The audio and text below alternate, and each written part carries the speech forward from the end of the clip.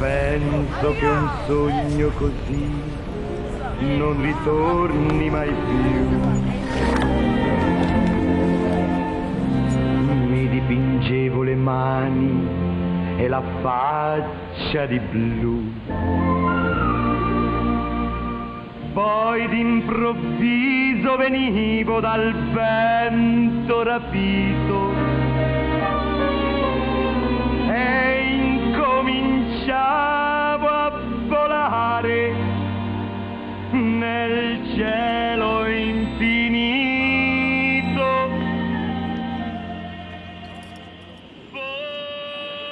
Am სიმღერის ფონზე ალბათ ერთხელ მაინც გიცეკვიათ.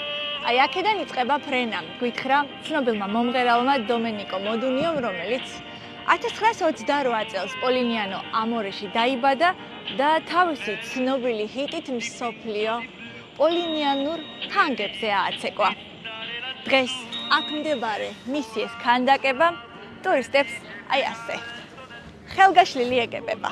კეთილი იყოს თქვენი მობრძანება სამხრეთ იტალიაში.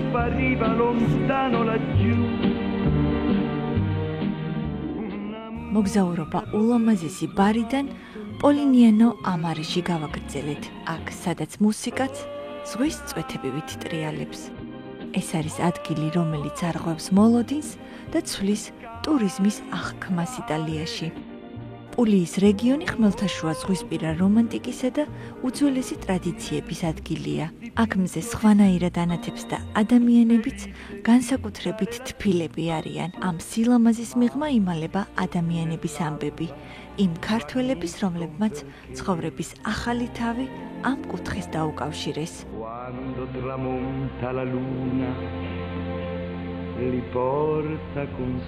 ნაცი, როგორც ნახე, ჩვენ ახლა ვიმყოფებით პულიის რეგიონის ერთ-ერთ ტურისტულ ქალაქში, პოლინიანო მარე, რომელსაც სამხრეთის მარგალიცაც ეძახიან. ეს არის პულიის რეგიონის პატარ-პატარა კომუნები, რომელიც ტურისტულად ძალიან აქტიურია და მსოფლიოს მასშტაბით უამრავ ადამიანს იზიდავს თავისი თვალწარმტაცი ტურისტული ობიექტებით, გარემოთ, ზღვით, პლაჟებით და ასე შემდეგ. ამასთანავე ამ უშვენიერეს და ულამაზეს ქალაქში ძალიან ბევრი ქართველი ემიგრანტიც ცხოვრობს. და მე მინდა დღეს ჩემი ერთი მეგობარი ლაშა გაგაცნოთ, რომელიც წლებია ამ მხარეში ცხოვრობს და მან ჩემზე უკეთ იცის პოლინიანოს იმ ღირსშესანიშნაობების შესახებ, რომელიც თქვენი გადაცემის მაყურებელს ძალიან დაინტერესებს. სიამოვნებით გავიცნობ თქვენს მეგობარს. გამარჯობა. გამარჯობა, სიამოვნოა, როგორ ხართ? კარგად. ემიგრაციის კარი სამხრეთ იტალიაში 13 წლის წინ შეაღო. სანამ უცხო ქვეყანაში შეფმზარეული გახდებოდა, მანამდე ბევრი რამ სცადა. წარმოშობით სვანმა ლაშა წერედიანმა არაერთი სირთულე გადალახადა. დღეს უკვე ამ ქალაქში ოჯახთან ერთად დაიდობინა. ქართველმა ემიგრანტმა, რომელმაც კლდოვანი ნაპირი მეორე სახლად აქცია, კარგად იცის, სად რას მალავს ქალაქი და საიდან ჩანს ზღვა ყველაზე ლამაზად. როცა ემიგრანტი ხარ და ჩამოდიხარ უცხო ქვეყანაში, რაღაც ისეთი მიძინებული თვისებები იღვიძებს შენში. თავიდან არც მე არ მეგონა რომ ეს ყველაფერი განვითარდებოდა, თუმცა სამზარეულო ყოველთვის მომწონდა. მქონდა მიდრეკილება ბავშვობიდანვე რაღაცეებს ვეხმარებოდი ოჯახში, დედაჩემს რაღაცების მომზადებაში. ასე რომ აქ ერთ-ერთი საშუალება იმისი რომ განვითარდე და რაღაცას მიაღწიო, დავინახე ამ კუთხით, ამ სფეროთი. რა თქმა უნდა, თავიდან ყველაფერი უცხო იყო, ენაც არ ვიცოდი, ცოტა ბევრი სირთულეებით შემხვდა, მაგრამ მალევე აუღე ალღო ყველაფერს. თავიდანვე მოხდი ისეთ რესტორანში, რომელიც უკვე სერიოზული იყო, მიშელინის სტარის რესტორანი იყო. და ნელ-ნელა ჩემი შრომით და წვალებით საფეხურებით ნელ-ნელა მივახცია ასე თუ ისე ის რაც დღეს ვარ. აქ ბევრი კარგი ადგილია, შეიძლება დავიწყოთ თვითონ დომენიკო მოდუნიოს ძეგლიდან, გადავიდეთ არის ხიდი, რომელიც კალაპონტი არის, რომელიც ქმნის ძალიან ლამაზ ვიზუალს, ძალიან კარგი ხედები არის იქიდან, შეიძლება გასვლა ძველ ისტორიულ მხარეს, სადაც ცენტრო ისტორიკოში, სადაც იქიდან ძალიან ულამაზეს ხედები იშლება ზღვაზე, ტერასები არის, სპეციალური შექმნილი ტურისტებისთვის. დავიწყეთ მაშინ. ახოც.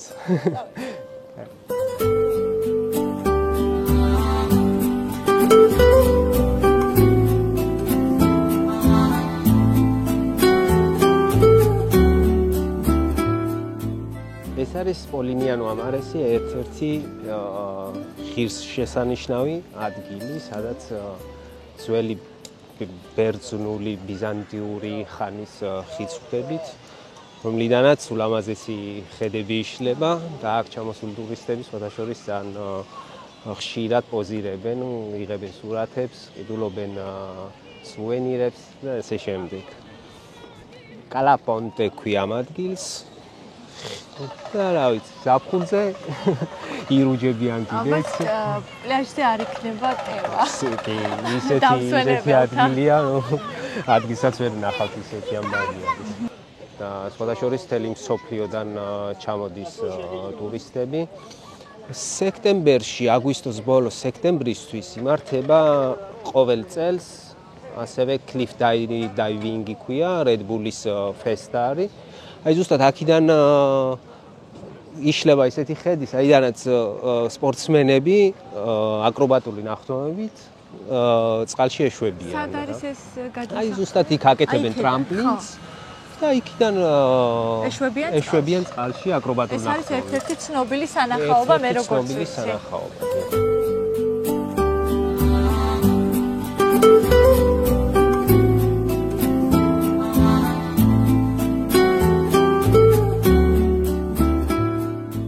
ახლა შევდივართ მთავარი შესასვლელი არის პოლინიანოს ძველი უბნის ცენტრო ისტორიკოსი.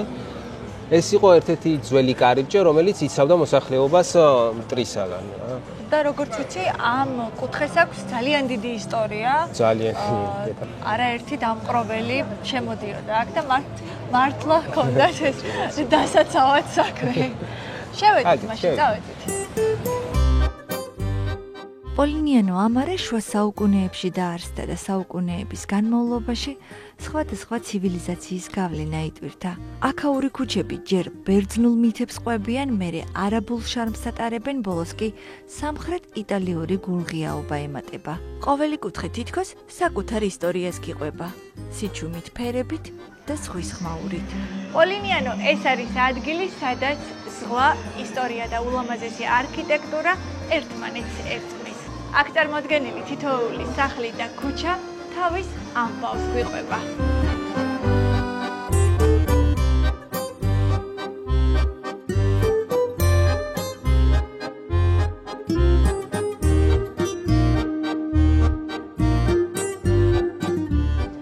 უამრავ სუვენირთან ერთად თქვენ შეგიძლიათ თქვენი საკუთარი სუვენირი თავად დაამზადოთ. ამ ყველაფერში კი ეს აპარატი დაგეხმარებათ, სულ რაღაც ევრო და 5 ცენტი ღირს ეს ყველაფერი, აი აქ მოათავსოთ, უნდა დაატრიალოთ და შემდეგ შერჩეული ფორმის მონეტა ჩამოვარდება.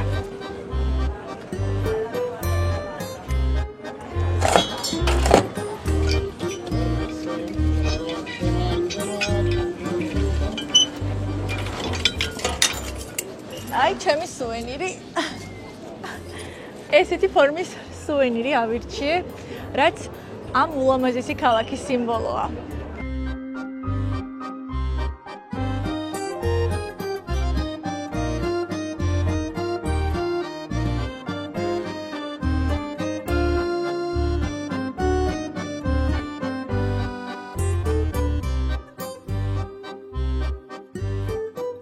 ახლა ვიმყოფებით ძველი უბნის ცენტრალურ ადგილას, სადაც შეხებს ტურიზმი, ასე რომ ვთქვათ. ეს არის პიაცა ვიტორიო ემანუელის მთავარ ცენტრალური ადგილი, პოლინიანოს გულსაც კი უწოდებენ ზუსტად ამ ადგილს. აქ გახლავთ ასევე ძველი მონასტერი, რომელიც არის ღვთისმშობლის სახელობის, სანტა მარია ასუნტას სახელით არის ცნობილი. თავიდანვე ესენი იყვნენ მეთევზეები. ეს ადგილი დაფუძნდა მეთევზეობაზე, მეთევზეობით ირჩენდა ეს თავს პოლინიანო. თუმცა აგრიკულტურაც ძალიან განვითარებული ჰქონდათ, მოყავთ ასევე ესეთ ისხილი, ნუში, აქვთ მარცვლეული კულტურის ძალიან დიდი ფართოარჩევანი, რომელიც დღესდღეობით იწარმოება და მთელ მსოფლიოში ვითარდება და აგზავნიან. ალბათ უფრო გააკეთეს აქცენტი ტურიზმზე, რადგანაც ადგილმდებარეობა აძლევდა ამის საშუალებას, ჰქონდათ ყველაფერი თავიანთი, ნატურალური.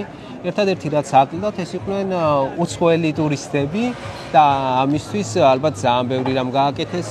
დღესდღეობით სოციალური ქსელები ძალიან განვითარებული არის და იქაც რეკლამებს ანთავსებდნენ, შემდეგ აკეთებდნენ ღონისძიებებს, რომელიც იზიდავდა უცხოელი ტურისტებს. დიდი ხანი არ არის, რაც ესე მოთხოვნადია ეს ადგილი, სულ რაღაც ათეულობით წლები არის.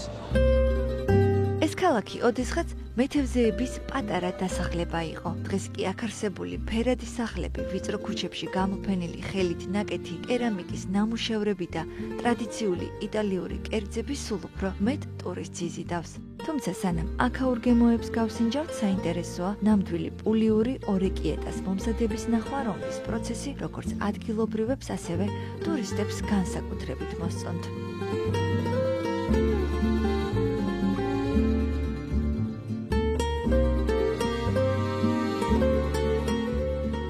ხანაც მოდი მე შენ გაგაცნობ ერთ ჩვენს მეგობარს, რომელიც ერთ-ერთი ტურისტული კომპანიის შეფი არის და აკეთებს ტრადიციული კერძების დეგუსტაციას, უხსნის ტურისტებს თუ როგორ კეთდება აქაური კერძები და ასე შემდეგ. ნახოთ აბა ორეკიეტა, ეს არის ერთ-ერთი კერძი, რომელიც დავაგემოვნეთ ორნაირი იქვე. მოდი ნახოთ ახლა. Buongiorno. Buongiorno. Buongiorno. Molto piacere. სასიამოვნოა შენი გაცნობა. მეც მიხარია შენი გაცნობა, როგორ ხარ? კარგად, აქ ვიყავი და ვამზადებდი ჩვენს პასტას, ორეკიეტეს. ხალხს რომ დავაგემოვნებინოთ ჩვენი შემოქმედება. მესმის იმედი მაქვს, შენთვისაც სასიამოვნო პროცესია. ძალიან დიდი სიამოვნებაა. დიდი მადლობა შენი დროისთვის და თუ შეიძლება აგვიხსენი, როგორ ამზადებთ? ძალიან მარტივია. მზადდება ფრქვივისგან და წყლისგან. ჩვენ სამხრეთ იტალიაში ხმელთაშუა ზღვის დიეტაზე ვართ. ამიტომ ჩვენს პასტაში კვერცხს არ ვიყენებთ. მხოლოდ ორი ინგრედიენტია. ცუდი ამბავი კი ისაა, რომ მანქანა არ არსებობს. ყველაფერი ხელით უნდა გაკეთდეს, თითო ცალი. უბრალოდ ცომზე ოდნავ დახრილი დანის გასმით მიიღება ის, რასაც კავატელი ჰქვია, რომელიც წააგავს ენას. თითების მარტივი მოქმედებით ჩამოვწევთ ცომის ნაწილს და იღებს ცნობილ ფორმას. ეს ძალიან მარტივია. დიახ, ჩანს რომ მარტივია. დღეს რა გეგმები გაქვთ? ჩვენ ყოველდღე ტურისტებს ვღებულობთ და მასტერკლასს ვუტარებთ. დღეს მაგალითად 3 ჯგუფი ყავს. მოვამზადებთ ჯგუფთან ერთად ცნობილ პასტას და შემდეგ, რა თქმა უნდა, დავაგემოვნებთ. მადლობა დროისთვის და ყურადღებისთვის. გელოდებით საქართველოში.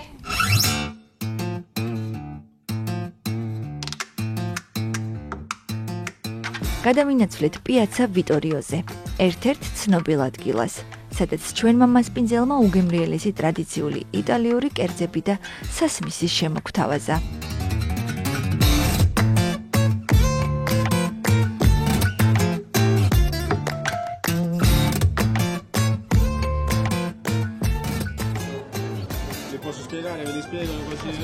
Allora abbiamo capocollo, pancetta al pepe, un salame di cinghiale nero, gorgonzola fatto dal latte di bufala, caciocavallo, pecorino di capra e pecorino stagionato.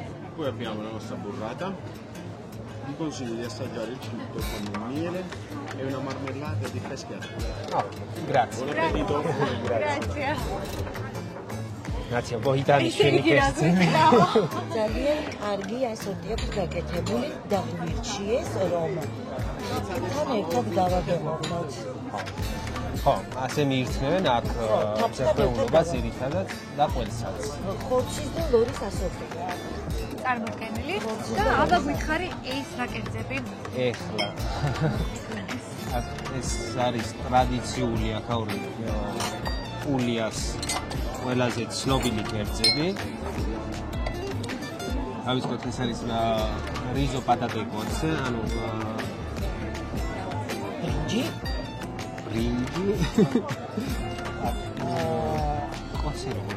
კოცი არის მიდიები. მიდიები და ბრინჯი, მიდიები და კარტოფილი. აკეთებენ თიხაში. ხო, ეს არის ორეკია და შიმერი რაბეს უძახიან და ზემოდან აქვს აქაური პასტათი გაკეთებული ფრესკოთი. ისიც ალბათ ხორცი. ისიც ოღონდ ხორცით. ეს არის ვერდურა. ტრადიციული პულიური კერძებია ეს ყველა. ეს არის პასტის ერთ-ერთი სახეობა, რომელსაც ორეკიედეს იძახიან. და ეს არის უძველეს მართლა ანტიკური კერძია მათი. ამის დღესასწაულების ფესტივალიც იმართება ამ კერძის. ფავე ჩიკორი. ფავე ჩიკორია. ხო, ფავე ერთ-ერთი სატაცური. უფრო ლოგიოს ოჯახს მიეკუთვნება თვითონ ფავე და ჩიკორია არის სატაცურის ოჯახის წევრი.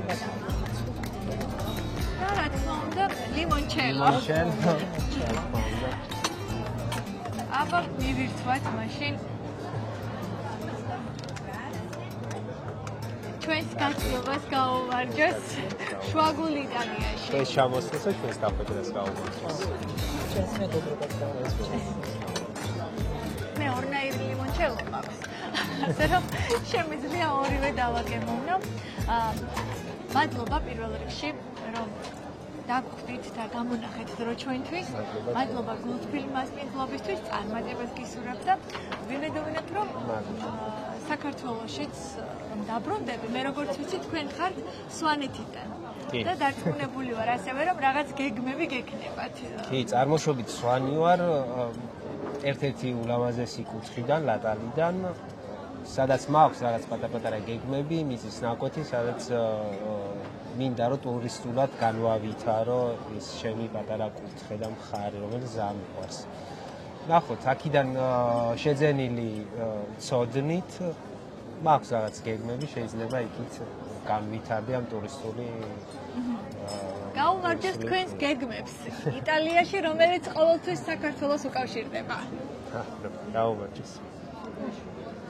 და სანამ დაგემშვიდობები, მინდა საჩუქარი გაჩუქო, რომელიც ჩამოვიტანეთ სპეციალურად ბათუმიდან. ეს არის არაჩვეულებრივი თევზეული ქართულ სამზარეულოში, რომელიც შენ აუცილებლად გამოგატკება. ზღვისპირეთში ცხოვრობ და აქ მუშაობ და აქ წარმოდგენილია უამრავი ქართული რეცეპტი. თევზეულს უკავშირდება. შეგიძლია იტალიელებსაც აჩვენო თუ როგორი ები ვართ და როგორი მდიდარი სამზარეულო გაგვაჩნია ქართველებს.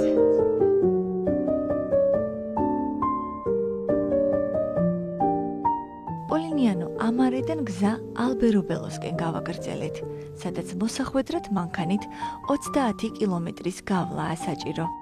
გზად ზეთისხილის ხეები, ვენახები, ფერმები და ულამაზესი სახლები შეგხვდა. ეს ყველაფერი მეტყველებს იმაზე, რომ სამხრეთ იტალიაში როგორც ტურიზმი, ასევე სოფლის მეურნეობაც კარგად არის განვითარებული. სულ რაღაც 35 წუთში ქვის თეთრი ზღაპარი დაიწყო. მოვედით ალბერობელოში ქალაქში, რომელიც ერთ დროს უბრალო სოფელი იყო.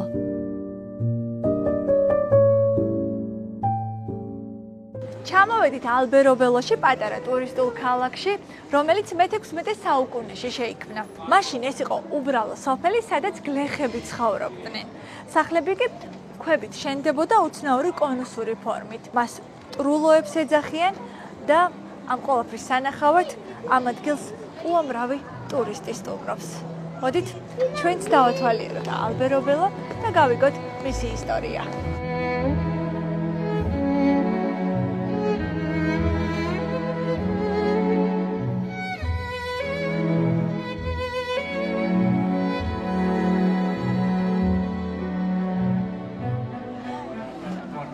ნათი აი ჩვენ მოვედით ალბერობელოში პულის რეგიონის ერთ-ერთ ყველაზე თვალწარმტაც და ულამაზეს პატარა ქალაქში ალბერობელოში, რომელიც გამორჩეულია თავისი ტრადიციული დამახასიათებელი სახლებით, ეგრეთ წოდებული ტრულებით, რომელსაც ასევე ჯუჯების ქალაქსაც ეძახიან თავისი მოცულობის და კონსტრუქციის გამო. ალბერობელო არის ყველა იმ მსოფლიოში ცნობილი პატარა ქალაქი, რომელიც თავისი ზღაპრული გარემოთი ნამდვილად მოხებლავს ნებისმიერ ადამიანს, ნებისმიერ ტურისტს, ამიტომაც მათ მიუხედავად იმისა, რომ ცოტა წვიმაც დაიწყო, ხედავთ რომ ტურისტების ნაკლებობა მაინც არ არის. და როგორც ვიცი, ეს იყო ოდესღაც სოფელი. რა თქმა უნდა.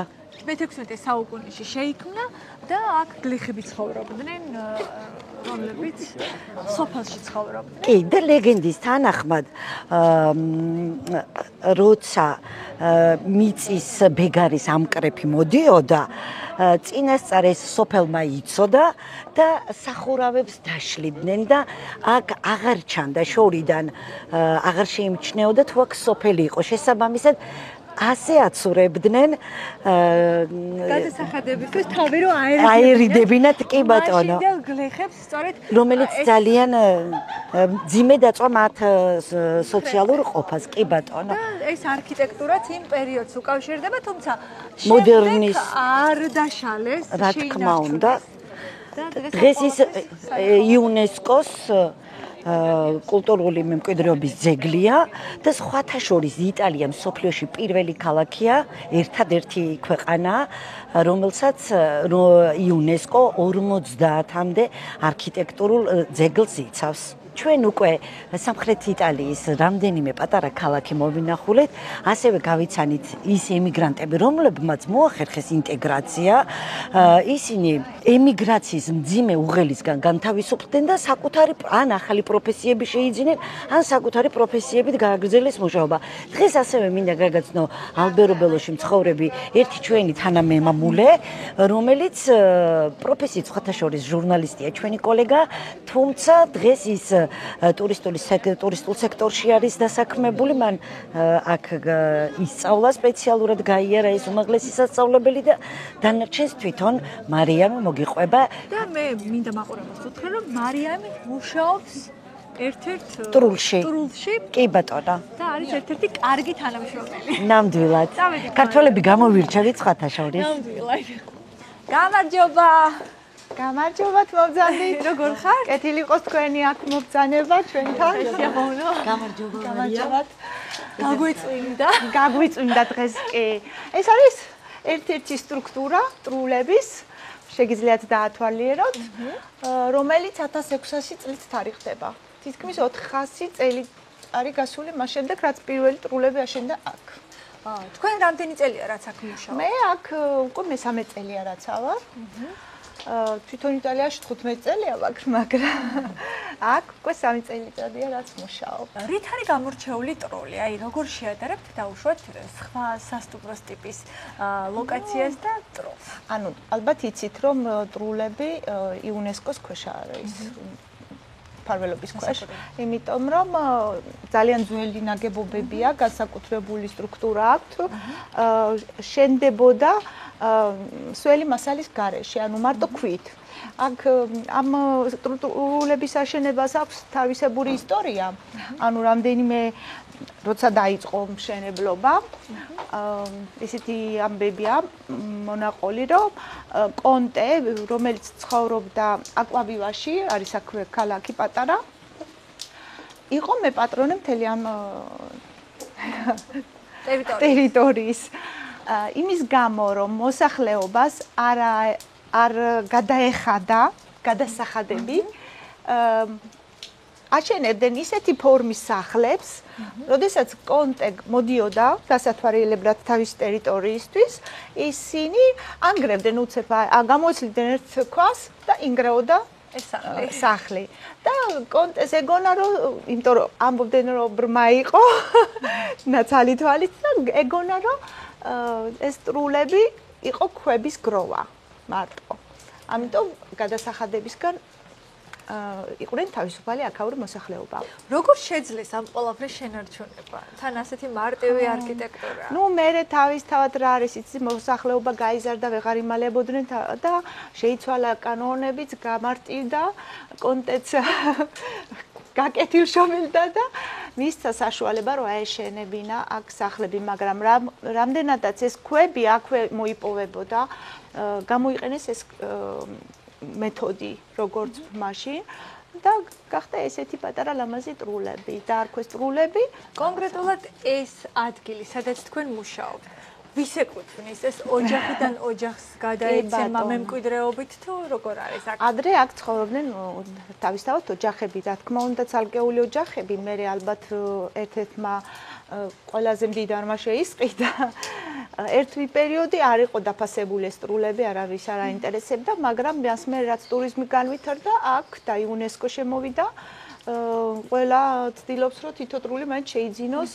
შიგნით ტრულები არის რესტავრირებული, თანამედროვე სტილით გაკეთებული თავისთავად, მაგრამ გარედან შეინარჩუნეს ეს ფორმა. რამდენი კვადრატული მეტრია თითოეული ტრული და რისგან შედგება? ერთთან უნდა გვათვალიერებინოთ და კი ბატონო, ძალიან პატარებია, სადღაც იქნება ალბათ 15-20 კვადრატული მეტრი, მაგრამ წარმოიდგინეთ რომ მან ცხოვრობდნენ 6-7 ოჯახის წევრი, იყო ორსართულიანი, ანუ შეკიდული ჭერებს რო უძახეთ ჩვენ, სოფალკოს უძახიან ესენი, სადაც ბავშვებს ეძინათ. წამოდით ახლა წამყევით. დღეს გვაქვს თავისუფალი სამწუხაროდ მხოლოდ ერთი ტრული, იმიტომ რომ ტურისტები ძალიან ხშირად მოდიან და განსაკუთრებით ალბათ შაბათ-კვირას. კი, კვირის ახლა რომ დაიწყება სეზონი უკვე აღარ აქვს ღია. აღარ აქვს მნიშვნელობა რომელი დღე იქნება. მოგძანით?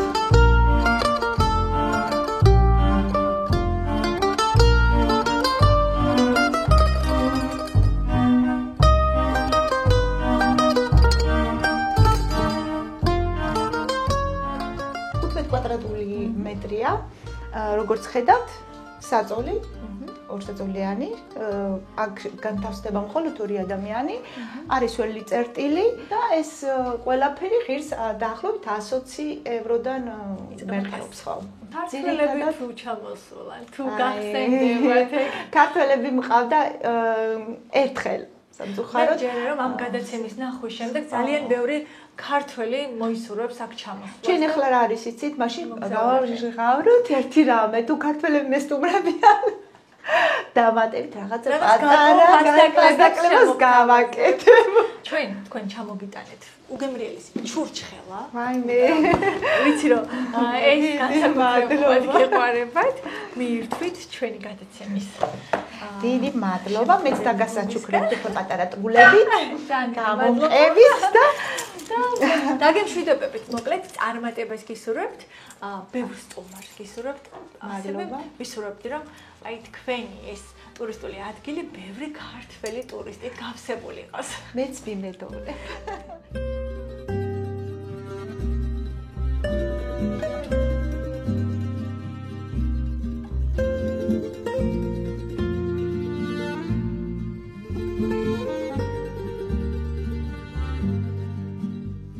ტრული, ასე ქვია ამ კონუსის ფორმის სახურავებიან ქვის სახლებს, რომელსაც იუნესკო იცავს. ვიწრო ქუჩებში სეირნობისას შეუძლებელია არ მიიქციოს თქვენი ყურადღება ტრულოს სახურავზე გამოსახულმა სხვადასხვა სიმბოლოებმა, რომლის შესახებ აქაურები ქალაქის სტუმრებს ხშირად უყვებიან.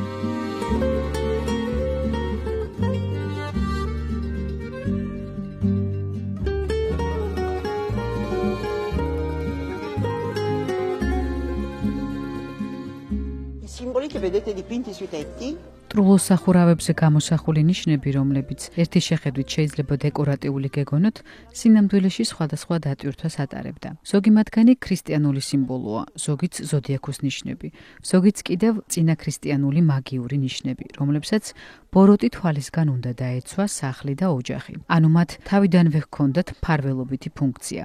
ყველაზე გავრცელებული მაინც იყო პლანეტების სიმბოლოები, რასაც თქვენ ხედავთ. ჩვენ რა თქმა უნდა ვუფრთხილდებით ჩვენს ისტორიას და ვცდილობთ ყველაფერი პირვანდელი სახით შევინარჩუნოთ, რაც ვფიქრობ ტურისტებს ძალიან მოსწონთ.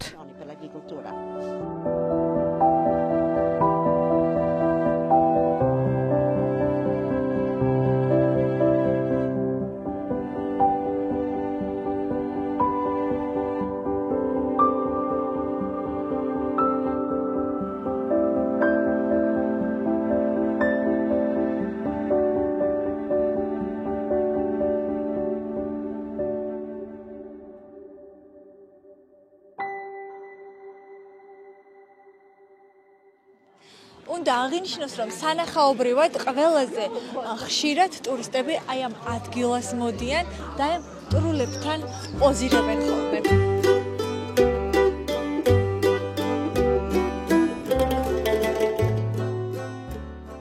ამ საოცარი არქიტექტურის სანახავად და აქ დასარჩენად ტურისტები მსოფლიოს სხვადასხვა ქვეყნებიდან უწყვეტად ჩამოდიან. I'm from Macedonia, North Macedonia. მე ჩრდილოეთ მაკედონიიდან ვარ. აქ გუშინ ჩამოვედი. ეს ადგილი იმიტომ ავირჩიეთ, რომ ძალიან ავთენტური გარემო და არქიტექტურაა. ძალიან მიიპყრო ჩვენი ყურადღება სახურავების დიზაინმა. აქ ძალიან მოგწონს. And it's very nice here. We are from Poland. ჩვენ პოლონეთიდან ვართ. მე იტალიურ რესტორანში მიმტანად ვმუშაობ. მიყვარს იტალიური კულტურა და აქ ამიტომ ვარ. იტალიის რეგიონებში ძალიან დახვეწილი დიზაინი აქვს სახლებს, თუმცა აქაური სახლების ექსტერიერი ჩემთვის ძალიან მიმზიდველია. ასევე ძალიან მომეწონა აქაური სამზარეულო პეპერონი უგემრიელესია. Bellissimo.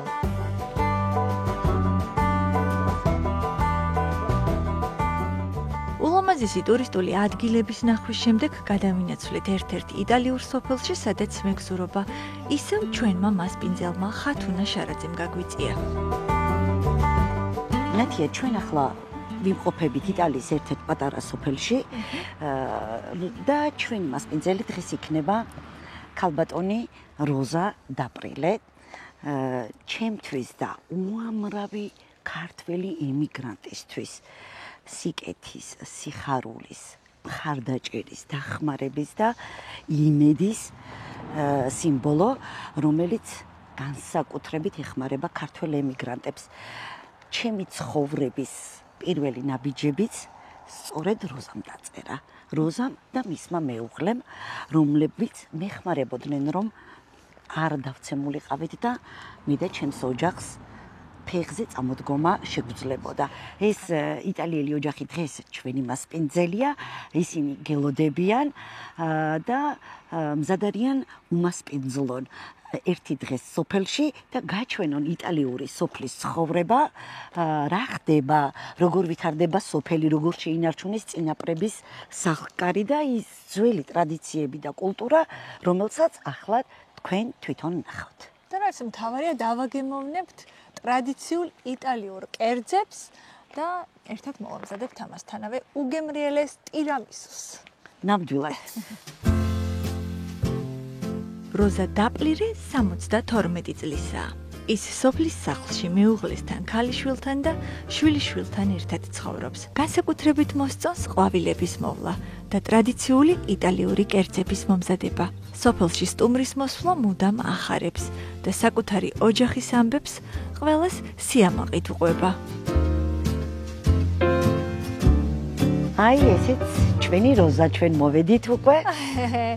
Buongiorno. Buongiorno, buongiorno Rosa. Come stai? Come sta? Bene, bene. Bene, grazie. აბა, გვითხარით, რამდენი ხანია რაც სოფელში ცხოვრობთ? რით არის თქვენი სოფელი გამორჩეული და სოფლის მეურნეობის რა დარგებს მისდევთ? რა მოგყავთ ხოლმე? გარემო არაჩვეულებრივია მართლაც. Allora, io sono Rosa d'Aprile. მე ვარ როზა დარპილე. დავიბადე აქ, რადგან მამაჩემმა ეს საკუთრება თავისი მამისგან მიიღო მემკვიდრეობით. შემდეგ მამაჩემმა ეს მიწა მე გადმომცა და ახლა მე ჩემს შვილს ვაჩუქე. ძალიან მიყვარს სოფელი, რადგან აქ დავიბადე. ჩემი ქალიშვილიც აქ ზრდის შვილს და მე ვეხმარები. ის ექიმია და საავადმყოფოში მუშაობს. ჩემთვის სოფელში ცხოვრება იცი რა არის? როცა დილით სახლიდან გამოდიხარ, ყავას სვამ და გემოსუსინჯავ იმას, რაც თავად მოგყავს. ეს ნიშნავს ყველაფერს, სიცოცხლეს. ბუნება საოცარ ემოციებს გაძლევს. ასე რომ სოფელი არის ყველაფერი, გაძლევს საარსებო საშუალებას, სიმშვიდეს და სუფთა ჰაერს. აქ საკმაოდ ფართოდ მოჰყავთ ხორბალი, მარცვლეული, პარკოსნები, ასევე მოჰყავთ ბოსტნეული, მაგრამ ზეთისხილი და ზეთი არის სოფლის მთავარი ეკონომიკური რესურსი. ვიცი რომ შორიგზიდან მოხვედით, ასევე ისიც ვიცი რომ ქართველებს ძალიან გიყვართ გემრიელად ჭამა, ამიტომ ჩემთან გეპატიჟებით. მინდა უგემრიელესი ტირამისუ მოგართვათ. Andiamo. Prego. წავედით ტირამისუ მოვამზადოთ. ვიმყოფებით სამხრეთ იტალიაში ერთ-ერთ ძალიან ლამაზ სოფელში, სტუმრად, სადაც გუმასპინძლობს უსაყვარლესი ქალბატონი როზა, რომელიც მოგვიმზადებს უგემრიელეს ამ კუთხისთვის დამახასიათებელ დესერტს ტირამისუს და აქვე გვეტყვის თუ რა ინგრედიენტებისგან ამზადებს ქალბატონი როზა ტირამისუს. აბა გითხარი ქალბატონო როზა, რა სჭირდება ტირამისუს მომზადებას? Va bene, proseguiamo, andiamo avanti? მოდით გავაკეთოთ ტირამისუ. დავიწყოთ ინგრედიენტებით. დასაწყისისთვის დაგვჭირდება 500 გრამი მასკარპონე, რომელიც იტალიური რბილი კრემყველია. მას აქვს ნაზი კრემისებრი ტექსტურა და ტირამისუს ძალიან უხდება. შემდეგ გვჭირდება 2 ცალი კვერცხი, 100 გრამი შაქარი, 1 ჩაისჭიქა ყავა, სასურველია ესპრესო, 200 გრამი სპეციალური ხრაშუნა ბისკვიტი, რომელსაც აქ ვყიდულობთ, ასევე კაკაოს ფხვნილი ზემოდან მოსაყრელად. ვიწყებთ კრემით. კვერცხი კარგად უნდა ავთქვიფოთ შაქართან ერთად, სანამ არ გახდება ღია და ფაფუკი. ნელ-ნელა ჩავამატებთ მასკარპონეს, იგივე კრემყველს და გავაგრძელოთ თქვეფა ერთგვაროვანი მასის მიღებამდე. რაც შეეხება ბისკვიტს, ხრაშუნა ორცხობილებს ამოვავლებთ მომზადებულ ყავაში და დარბილებულ მასას ჩავაწყობთ სპეციალურ ჭურჭელში, სადაც გვინდა რომ მზა ტირამისუ გქონდეს. შემდეგ ამ ფორმაში ბისკვიტების ფენას ზემოდან ვასხამთ კრემს და ასე ვიმეორებთ რამდენჯერმე. ბოლოს კი ვაყრით კაკაოს ფხვნილს, რომელიც ძალიან უხდება ტირამისუს. მზა ტირამისუ აუცილებლად უნდა დავაყოვნოთ 4 საათი მაცივარში და მხოლოდ შემდეგ მივირთვათ.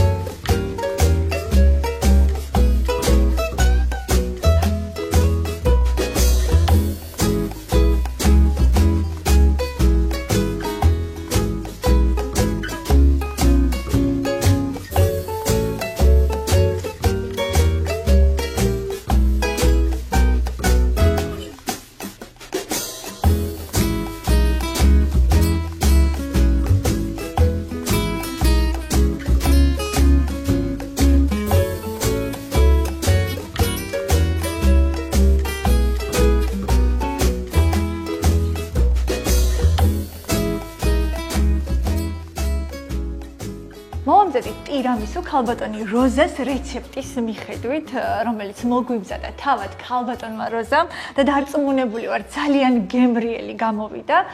ჩვენ იტალიაში ვართ, ბარის პროვინციაში, ერთ-ერთ ძალიან ლამაზ სოფელში და აქ სხვაგვარად წარმოუდგენელია ეს ყველაფერი. მოდი დავაგემოვნოთ და თან Adesso apriamo il tiramisù. გავზიაროთ ჩვენს მაყურებელს ემოციები.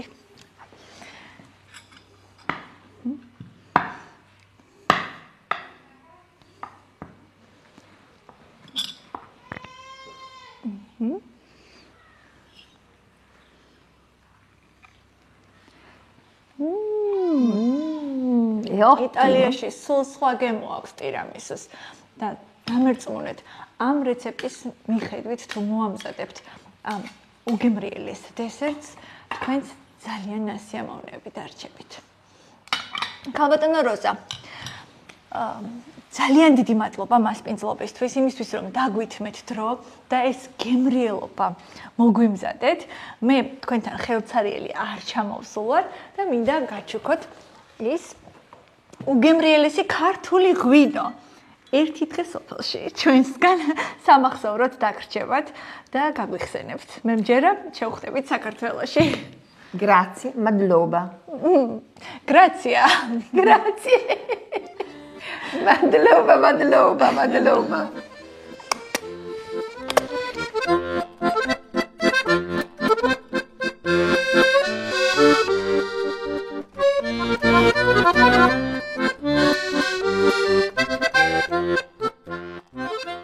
ნათი, მე შევეცადე სამხრეთ იტალიის მთავარი ღირსშესანიშნაობები შენთვის მეჩვენებინა, ვიცი რომ მხოლოდ ერთი დღე გქონდა ამისთვის და მაქსიმალურად შევეცადე მეჩვენებინა შენთვის ის ძვირფასი ადგილები, ის ლამაზი და საინტერესო ადგილები, რომელიც ასევე ჩემთვისაც ძალიან ძვირფასია.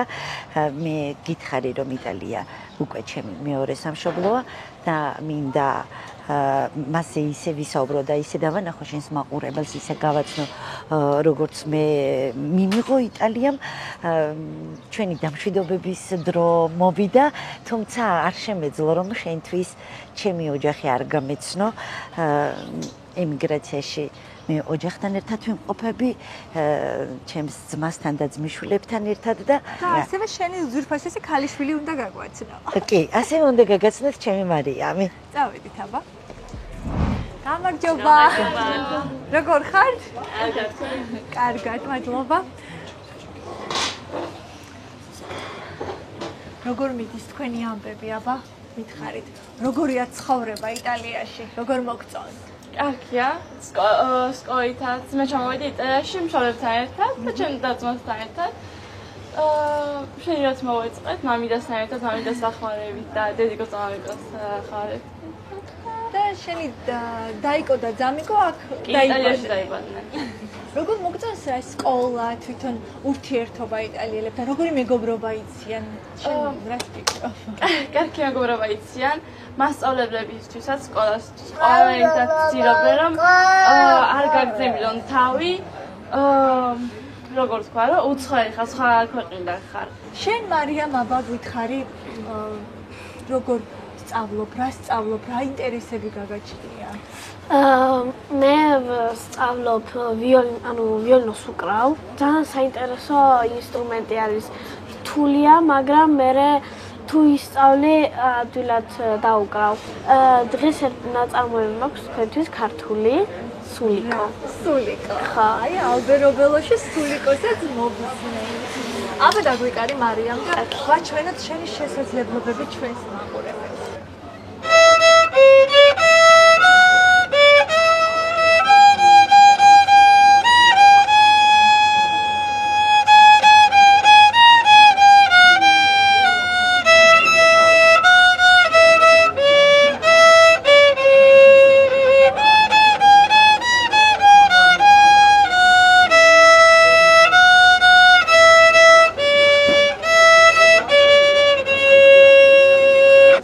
დასრულდა ჩვენი მოგზაურობა სამხრეთ იტალიაში, სადაც არაერთი საინტერესო ადგილი მოვიარეთ. გავიცანით ქართული ოჯახები. შევხვდით ბევრ საინტერესო მშრომელ ადამიანს და რაც მთავარია მოვისმინეთ პატარა მარიამის მიერ შესრულებული სულიკო, რომლის მოსმენა ალბერობელოში ნამდვილად დიდი სიამოვნება. მოკლედ, მეგობრებო, თუ თქვენ იტალიაში მოხვდებით, იცოდეთ, რომ აქ ბევრი მშრომელი ქართველი ცხოვრობს და მათ თქვენთან შეხვედრა ძალიან გაუხარდებათ.